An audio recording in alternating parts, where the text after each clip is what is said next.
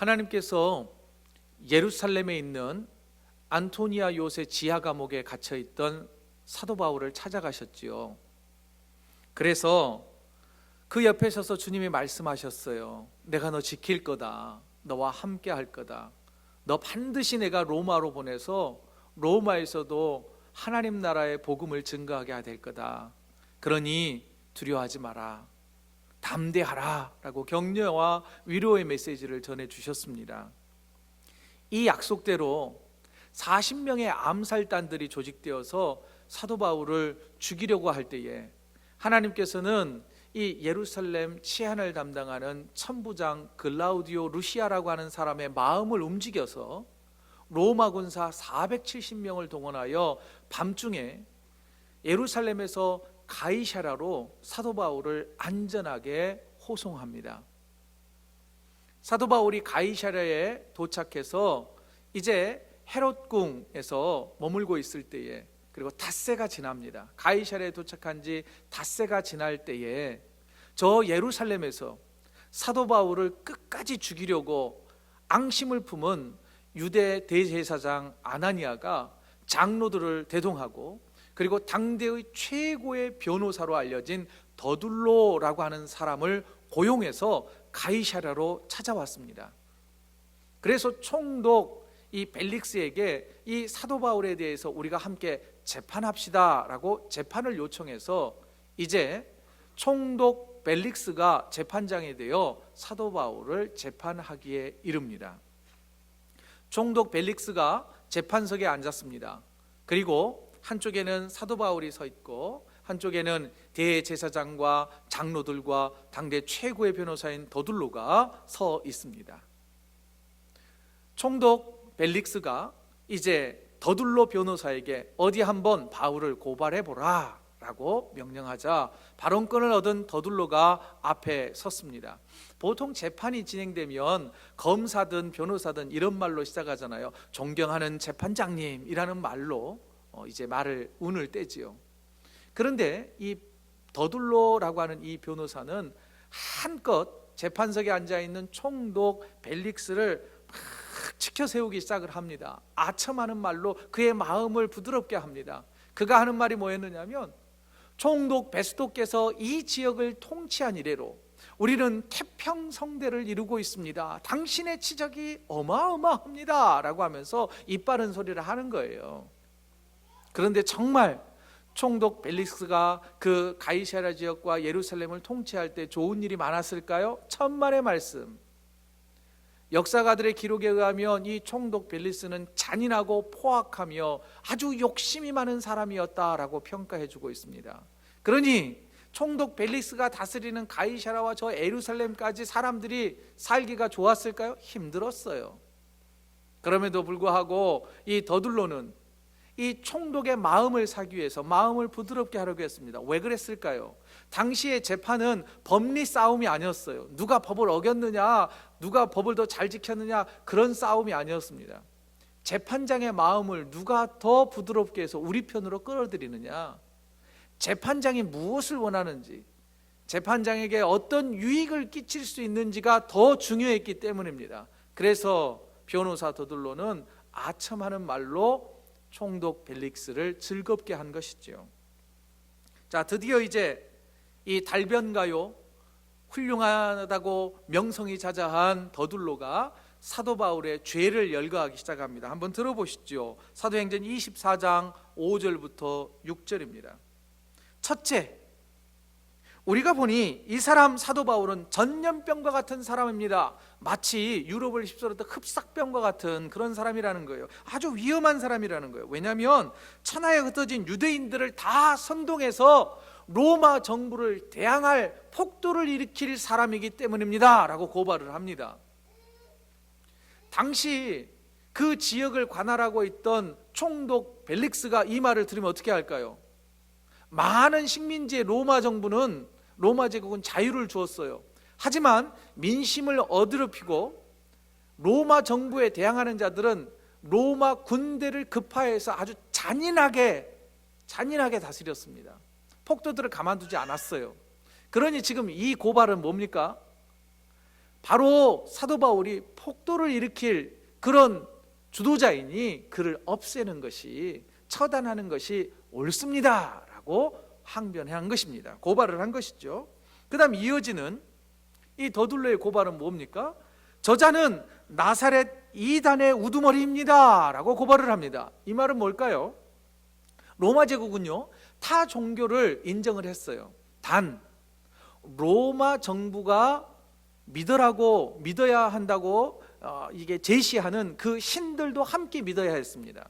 그 가운데는 로마 황제를 신격화해서 로마 황제를 신처럼 믿지 않는 자들에 대해서는 가차없이 처벌했어요.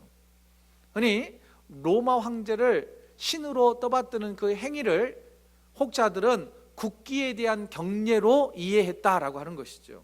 만일 황제를 숭배하지 않으면 나라에 대하여 불복종하는 것으로, 정치적인 것으로 판단을 했다는 겁니다. 그런데 당시 이 나사렛 예수를 믿는 그리스도인들은 자꾸 이런 말을 했단 말이죠. 유대인의 왕이 나타났다. 그들이 볼 때에는 황제를 대신해서 또 다른 왕을 섬기고 있다고 하는 새로운 섹트, 이단과 같은 사람들이니, 불온당들이니 이 사도 바울을, 우두머리를 제거하는 것이 옳습니다 라고 고발을 한 것입니다. 더불어서 세 번째는 성전을 더럽힌 죄를 물어서 이 사람을 제거해야 합니다 라고 말합니다. 그러나 총독 벨릭스와 성전과의 관계는 크게 밀접한 관계가 없었습니다. 하지만 이 말은 의도가 깔려 있었어요. 당시 정치와 종교는요 서로 결탁해 있었습니다. 마치 악어와 악의 서로 먹고 먹히는 그런 관계처럼 서로 아주 밀접하게 관계가 돼 있었는데, 이런 말이죠. 총독 벨릭스 씨요, 잘 들으십시오. 유대 종교 지도자들이 당신의 지위를 인정해 주지 않으면, 또한 종교인들이 앞장서서 세금을 거두어 드리지 않는다면 당신의 부와 지위는 유지되지 못한다는 것을 기억하십시오. 그런데 저 사람 사도 바울이 성전을 모독해서 성전에 대하여서 뒤 흔들고 있다면 당신의 지위와 부와 영광도 오래가지 못하니 바울을 죽이는 것이 합당합니다 라고 고발을 했던 것입니다. 자, 고발을 마치면서 더둘러는 이렇게 이야기를 합니다. 사도 바울이 예루살렘에 있을 때 우리가 종교 재판을 열어서 그를 충분히 죽일 수 있었는데, 예루살렘의 참부장이었던 글라우디오 루시아가 갑자기 월권을 행함으로 인해서 그 기회를 놓쳐서 지금 총독 당신이 이 아주 그냥 귀찮은 일에 연루되어 있습니다. 그러니 이 차에 싹을 자르지 않으면 계속해서 이런 일들이 발생하게 될 것입니다. 귀찮은 일에 더 이상 마음 쓰지 마시고 저 사도 바울을 죽여 로마법으로 처형을 시키는 것이 옳습니다 라고 고발을 했습니다. 이 고발 내용을 듣고 있던 많은 유대의 장로들과 많은 유대인들이 옳소 옳소 옳소 하면서 박수를 치는 광경이 펼쳐졌습니다. 자, 여기에서 하나 생각해 보죠. 아무리 돈과 명예가 좋다기로서니 당시 더둘로라고 하는 이 변호사는요, 당시 최고의 학문과 지성과 법률을 두루 섭렵한 지성인이었습니다. 그런 그가 고작 이런 일을 하려고 그렇게 열심히 공부했던 건가요? 로마 철학과 수사학을 공부했던 사람이 고작 하는 일이 뭐냐면 거짓을 일삼는 대제사장 아나니아에게 매수당하여 돈으로 사서 그가 거짓을 증거하고 있단 말입니다. 법과 원칙은 고사하고 양심까지 넘겨버리면서 대제사장 아나니아의 하수인으로 전락한 변호사 더둘로의 모습은 오늘날 우리의 모습은 아닐까 한번 깊이 생각해 보아야 하겠습니다. 변호사 더둘로는 자신의 지식과 언변을 사용해서 하나님의 종 바울을 사냥하고 있는 것입니다.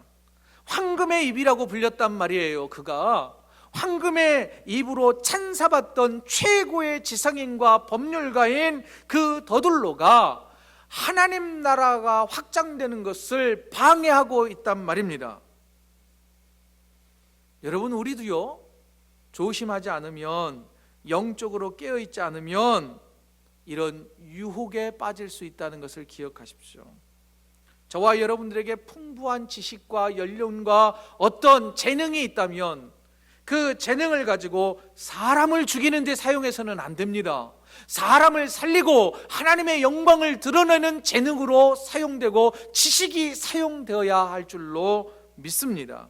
그러기 위해서는요, 세상의 유혹을, 참과 거짓을 분별해내는 지혜를 주시라고 기도해야 할 줄로 압니다. 자, 더둘로의 이런 거짓된 고발이 맞춰지자 총독 벨릭스가 서 있는 사도 바울을 향하여서 어디 한번 말해보라고 고개로 까딱합니다. 말해보라고. 그러자 이제 홀로 사도 바울은 자신을 변호하기 시작합니다. 하지만 그는 떨지 않았습니다. 쫄지 않았습니다. 두려워하지도 않았어요. 목소리가 떨리지도 않았단 말입니다. 왜요? 주님께서 담대하라, 내가 너를 지킬 거다 라고 하는 그 약속을 그대로 믿었기 때문입니다. 그리고 이제 당당하게 더둘로의 고발에 대하여서 조목조목 반론하기 시작을 합니다. 한번 들어보십시오. 자신이 유대인들에게 체포될 때에 고작 예루살렘에 도착한 지 12일밖에 되지 않았다는 거예요. 그리고 당시 안토니오 요새 감옥에 며칠 동안 갇혀 있으니 고작해야 일주일밖에 예루살렘에 머물지 않았는데, 자기가 무슨 수로 예루살렘에 있는 유대인들을 다 선동해서 폭동을 일으킬 수 있었겠느냐. 도저히 나는 그런 능력도 없고 돈도 없고 그런 정치 세력도 없다라고 반론했습니다. 사도 바울은 나사렛 이단이라고 지금 고발하는 더둘로의 고발에 대해서 이렇게 반박합니다. 나는 유대 종교 지도자들이 믿고 있는 그 히브리의 하나님, 유대인들의 하나님을 나도 믿습니다. 그리고 종교 지도자인 그 바로 대제사장 아나니아가 읽고 연구하는 그 말씀, 그 성경을 나도 읽고 있습니다. 그렇다면 내가 여러분들이 믿는 하나님을 믿고 여러분들이 읽고 있는 성경을 읽는 내가 이단이라고 한다면 바로 아나니아 당신도, 대제사장 당신과 장로들도 이단이란 말입니까? 라는 말로 반박을 합니다. 참 말 잘하죠.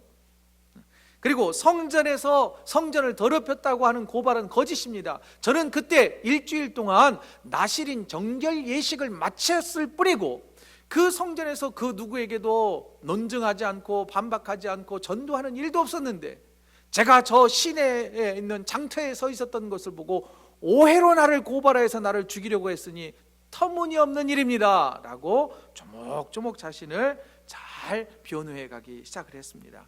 여기에서 끝내도 될 텐데, 사도 바울은 이 기회를 절대 놓치지 않았습니다. 복음을 증거할 기회를 잡은 거죠. 지금 대제사장과 장로들과 이 재판을 지금 지켜보고 있는 수많은 사람들을 향하여서 메시지를 선포해요. 그 메시지는 뭐냐면 이런 말입니다. 여러분 잘 들으십시오. 의인과 악인 모두는 부활을 경험하게 될 것입니다. 이 말은 뭐냐면, 의인의 삶을 사는 사람은 생명의 면류관을 받는 의로운 부활, 희망의 부활, 소망의 부활을 맞게 될 것이고, 악인의 길을 걸어갔던 사람들은 영원한 형벌을 맞는 부활을 맞게 될 거라는 거예요. 이 말은 뭐예요? 의인은 하나님 나라에 대한 축복으로, 악인은 영원한 지옥의 형벌을 받게 될 것을 저는 알고 있습니다. 그리고 믿고 있습니다. 그래서 저는 하나님 앞과 사람들 앞에서 최대한 양심적으로 살려고, 신앙의 양심대로 살려고 노력해 왔습니다.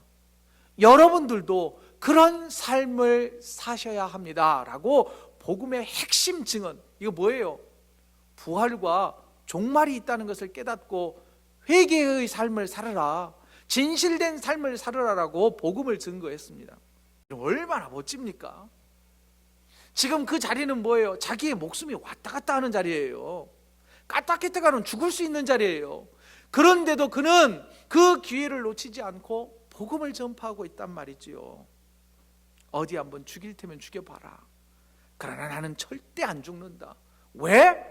주님이 날 찾아오셔서 안 죽는다고 말씀해 주셨기 때문이다. 그러니 나는 이 기회에 복음을 전한다 라고 하는 확신이 있었단 말입니다. 여기에서 다시 한번 생각해 볼 게 있어요. 둘 다 지성인이었어요. 바울도 아주 훌륭한 지성인이었고 더둘로도 당시에 최고의 지성인이었어요. 그런데 이 두 사람이 대조를 이루고 있다는 거 아십니까? 최고의 학문과 법학과 수서학과 논리를 받은 두 지성인이 어쩜 이렇게 다를까요? 한 사람은 법과 원칙과 양심을 팔아버렸어요. 돈에 팔아버렸단 말입니다. 명예에 자신을 팔아 넘겨버렸어요. 한 사람은 자신의 모든 것을 다 주님께 내어놓았단 말이에요. 주님을 위하여 헌신하고 바쳐버렸습니다. 여러분, 두 사람 중 어떤 사람의 길을 가기를 원하십니까? 우리의 자녀가 두 사람의 길 중에 하나를 선택해야 한다면 여러분들은 여러분들의 자녀가 어떤 길을 걸어가기를 원하십니까? 두 사이에서 머뭇거린다면 사도 바울이 그 법정에서 했던 말을 한번 가슴에 새겨보십시오. 의로운 자와 악한 자의 부활이 있다. 이 말씀을 가슴에 깊이 새길 수 있는 이 시간 되어지기를 소망합니다. 자, 이런 양측의 주장을 들었습니다. 듣고 난 총독 벨릭스는 어떻게 된 일인지 이 판결을 뒤로 미룹니다. 성경 사도행전 24장 22절은 다음과 같이 증언합니다. 우리 다 같이 한번 읽어보죠. 시작. 이 도에 관한 것을 더 자세히 아는 고로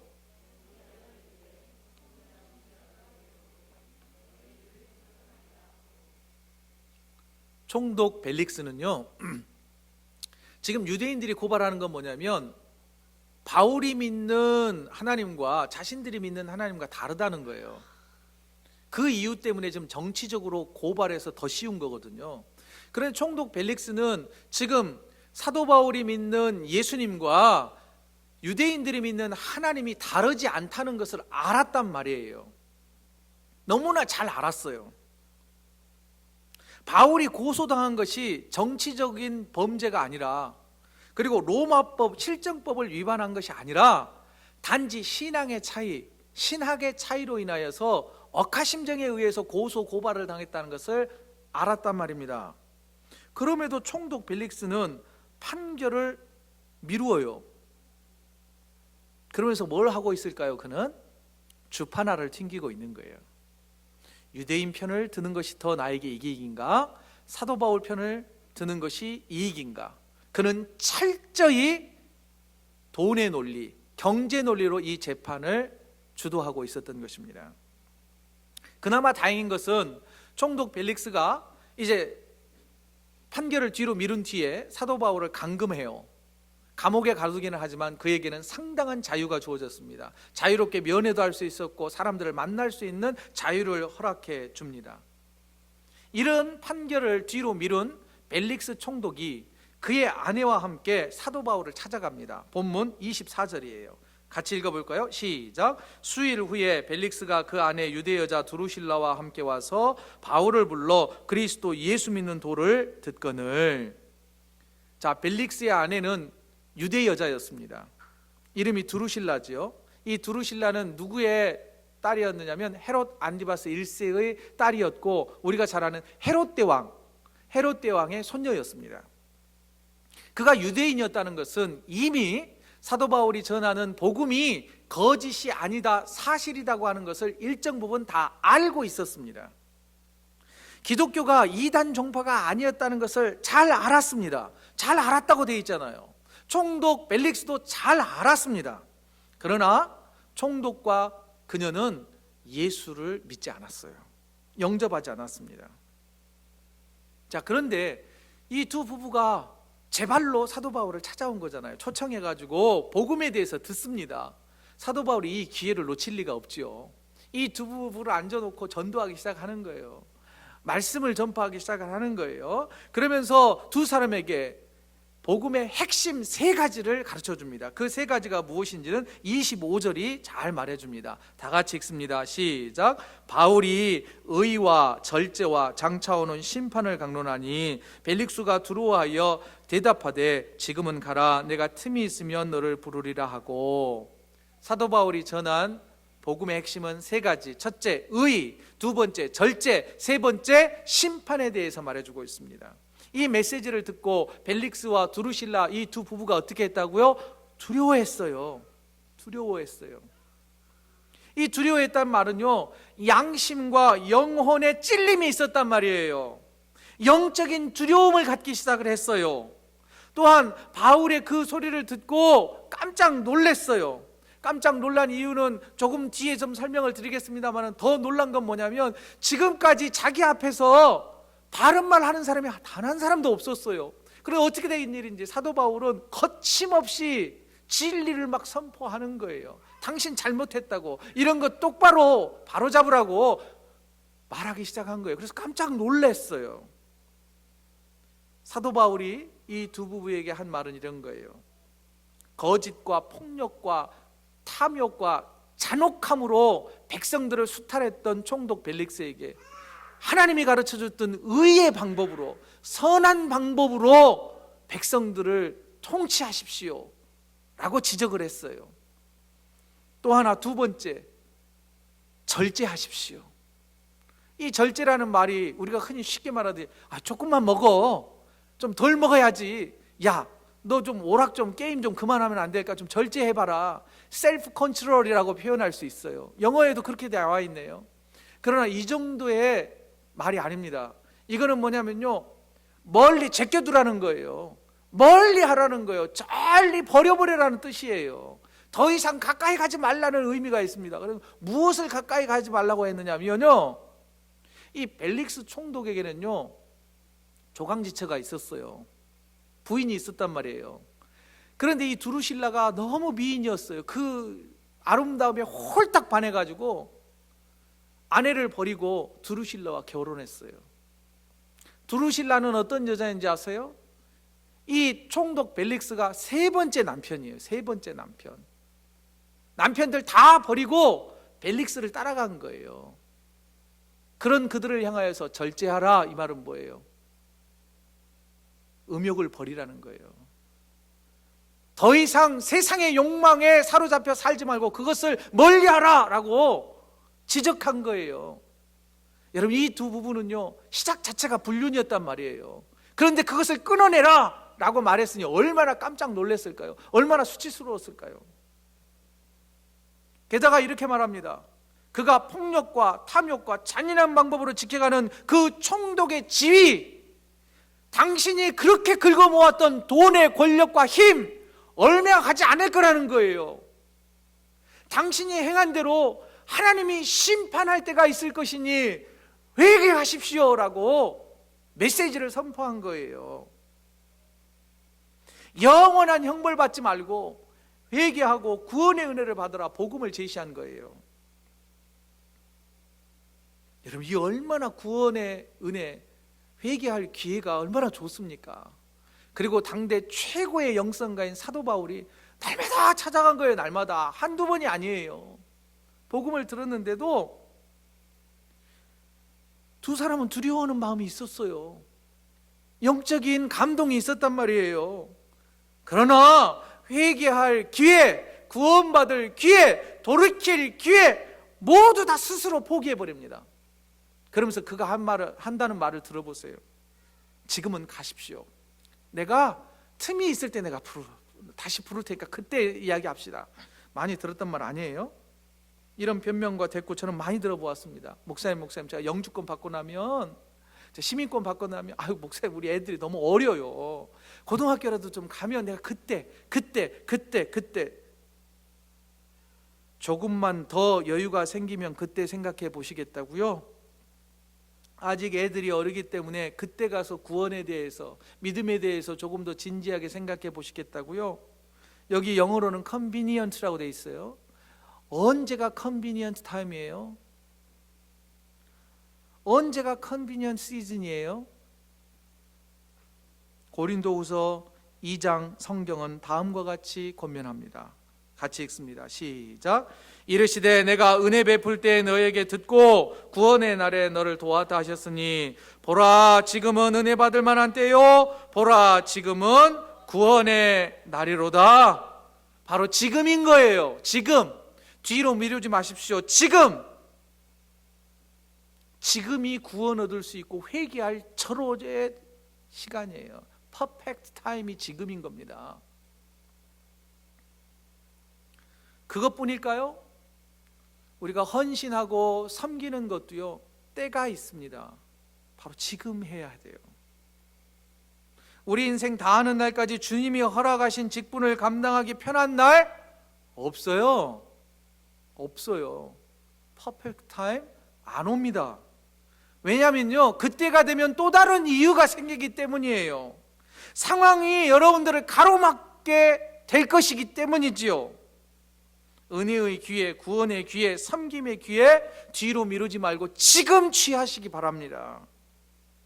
총독 벨릭스처럼 어떤 게 더 좋을까 저울질하지 마시기를 간절히 부탁을 드립니다. 사랑하는 성도 여러분, 하나님 나라를 위하여 헌신할 기회가 다시 못 올지 누가 압니까? 하나님이 우리 영혼 취해 가시면 가야지요. 기회 있을 때 우리 사랑하는 자녀들을 가슴에 품고 눈물로 기도하십시오. 우리 아이들을 손으로 안아주고 사랑의 눈길로 바라봐 줘야 할 때가 언제예요? 바로 지금이라는 거예요. 5살 아이에게 필요한 양육은 5살 때 해야 합니다. 15살 때 필요한 부모의 사랑은 그때 받아야 돼요. 20살 되어가지고 5살 때 해주는 거 못 해줬다고 그때 해줘봐야 때는 늦단 말입니다. 바쁘세요? 뭐가 그렇게 바빠요? 이건 제가 한 말이 아니에요. 스캇 팩이라고 하는 사람이 아직도 가야 할 길이라고 하는 책에 그렇게 나와 있어요. 제가 그 책을 설교를 준비하다 읽었는데요, 제가 찔림이 있었어요. 뭐가 그렇게 바쁘냐는 거예요. 자식을 돌보지 못할 만큼 바쁘다면 그거 그만둬야 되죠.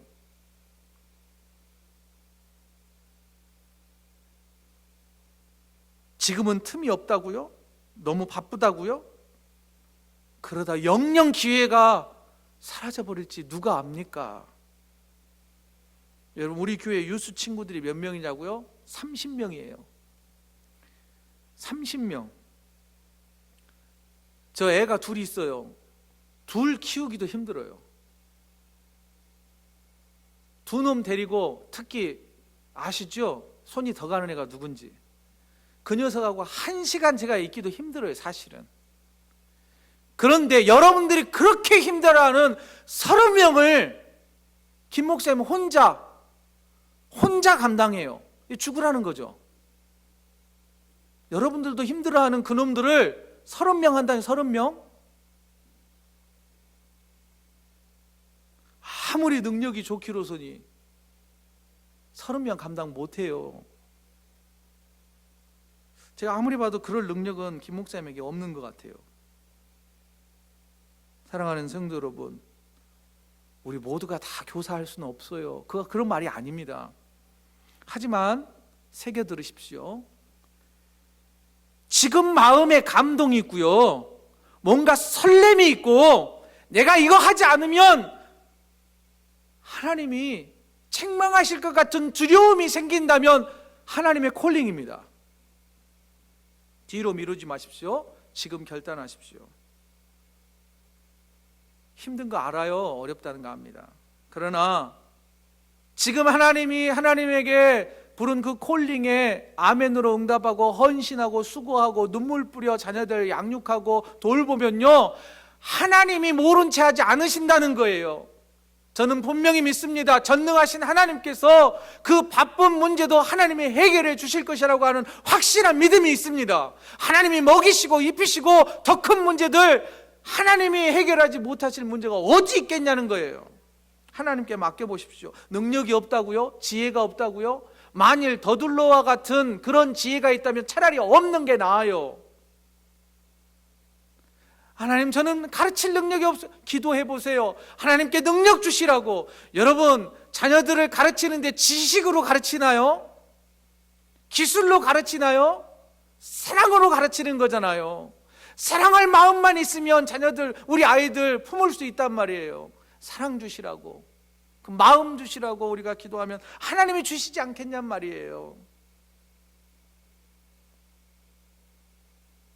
다시 총독 벨릭스와 그의 아내 이야기로 좀 넘어가 보겠습니다. 그들은 구원받을 기회를 스스로 포기했습니다. 그리고 그들은 다시 돈의 욕망에 사로잡힙니다.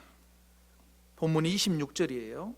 두려움에 사로잡힌 뒤에도요, 여러 차례 사도 바울을 만나서 복음을 드렸지만 그들의 목적은 오직 돈이었습니다.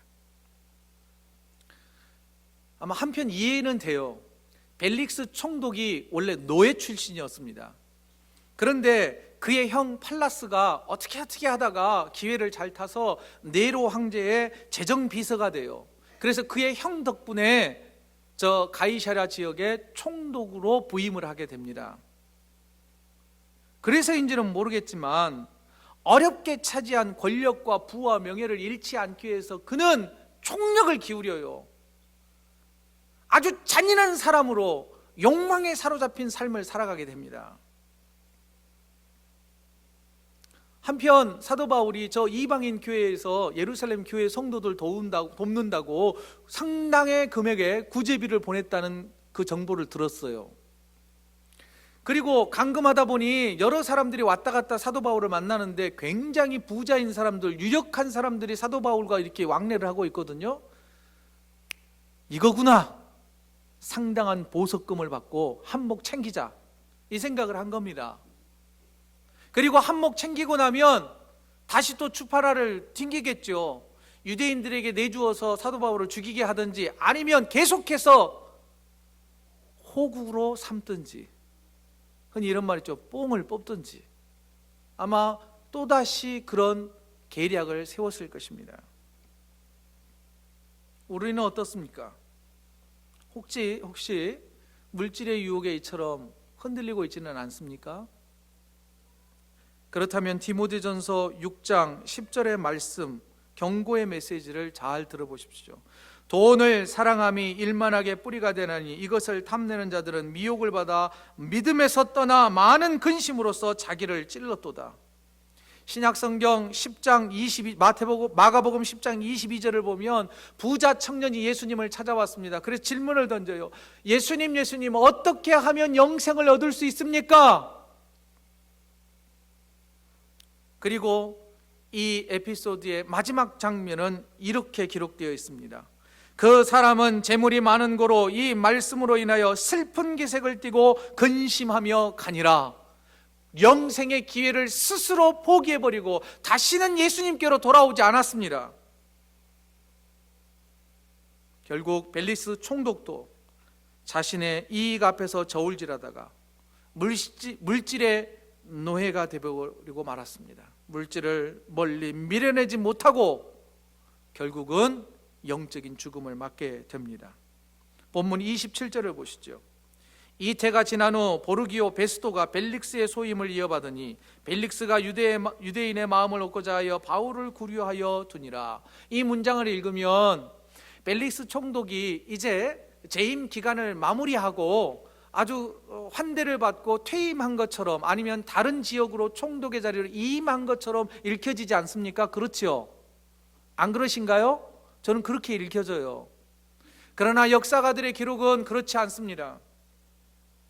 가이사랴에서 이 벨릭스 총독이 어떻게 해서 부와 명예와 권리를 이어갔느냐면, 유대인들과 헬라인들이 이 가이사랴 지역을 놓고 싸웠어요. 세력 다툼을 했어요.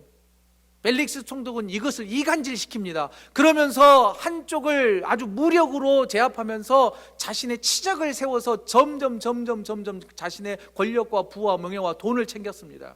그러다가 유대인들의 거센 항의에 부딪히게 됩니다. AD 60년경에 유대인들이 네로 황제에게 상소를 보내요. 이런 총독을 제발 이 가이사랴 지역에서 없애달라고. 그래서 결국은 네로 황제에 의해서 소환당합니다.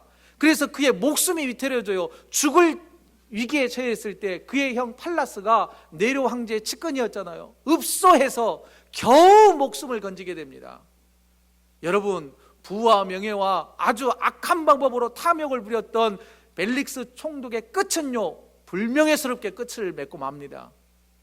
그리고 그의 부인이었던 두루실라는요, 이 두 사이에서 아들 하나를 낳게 됩니다.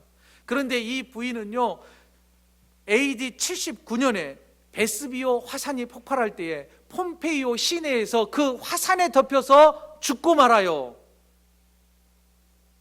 얼마나 안타깝고 비참한 인생의 종말입니까? 그들이 바울이 전하는 복음을 여러 차례 듣고도 알고도 잘 알고 있었지만 영원한 생명을 얻을 기회를 송두리째 내팽개쳐버린 결과가 어땠는지 잘 보시란 말입니다. 사랑하는 성도 여러분, 돈과 지위와 명예 좋아요, 좋은 거예요. 아주 선한 거예요. 하지만 우리가 추구하는 그것이요, 영원하지 않다는 것을 기억하시기 바랍니다. 이 세상 그 무엇도 영원한 것이 없어요. 그 영원하지 않은 것을 추구하려고 영생을 내팽개치시겠습니까? 그 영원하지 않은 것을 아둥바둥 차지하기 위하여서 그곳에만 힘쓰다가 자녀들의 영혼을 망가뜨리고 말하시겠습니까? 그런데도 영원하지 않은 것을 더 많이 쌓고 더 많이 올라가려는 욕심과 욕망에 사로잡혀 있지는 않습니까? 그러느라고 목사님 그런 말 하지 마세요. 듣기 싫어요. 지금은 제가 틈이 없다니까요. 제가 알아서 할 거예요. 제 형편이 나아지면 제가 알아서 할 테니 그런 말 하지 마세요. 이렇게 항변하신다면 여러분 안 됩니다. 지금이에요. 지금 주님이 부르실 때 헌신하셔야 하고요. 지금 우리에게 구원의 기회가 주어졌을 때 그 구원을 붙잡아야 한단 말입니다. 주님의 말씀입니다. 우리 다 같이 말씀 읽고 설교를 마무리하겠습니다. 다 같이 읽습니다. 시작.